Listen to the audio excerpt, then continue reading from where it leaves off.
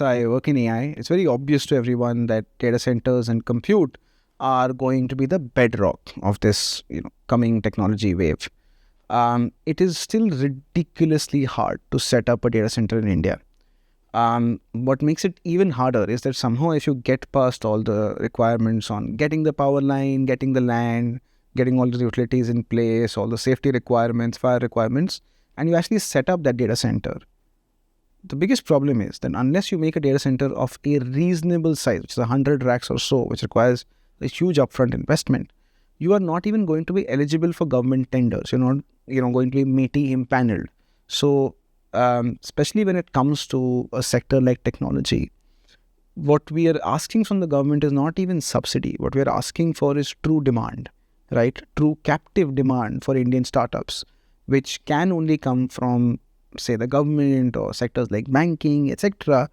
But the government has made the ability to be a supplier of compute, to be a data center of note to this sector very, very hard, right? The best thing that government can do for AI is not take 10,000 crores and give GPUs, but it is to say, look, as a government, we are going to use AI to transform, or we are going to use AI to deliver better services. And our total outlay on AI, therefore, will be, say, 10,000 crores, maybe probably even more. That outlay is going to go to startups, to new companies. We're not going to put the same old procurement rules.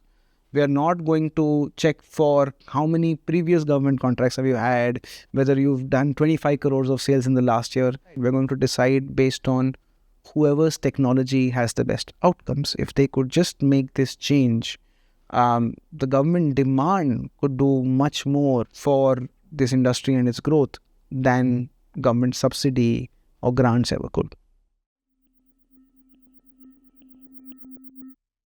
The procurement of intelligence in the government, right, is very, very different from the procurement of physical goods, and definitely different from the procurement of software. Because in software earlier, the way we procured software was procuring, person hours of labor from large services company, and we told them what we'd want, and there's this RFP with functional requirements, non-functional requirements. There's a whole list of things they ask for, and anyway they botch it up, really honestly. You have stories like the income tax website, etc.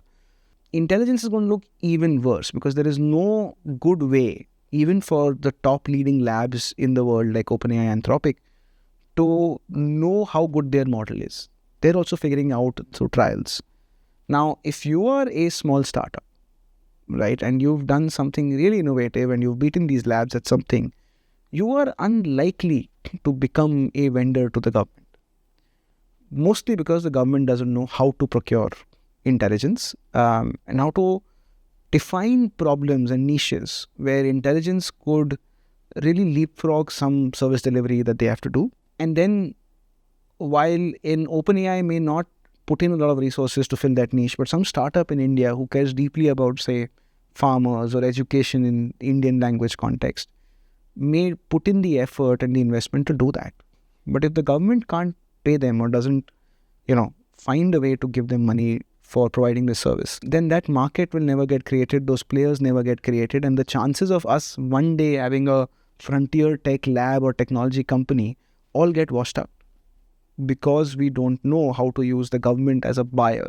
We only think of it as subsidy or grants, etc. We never think of the force of government as being a procurer.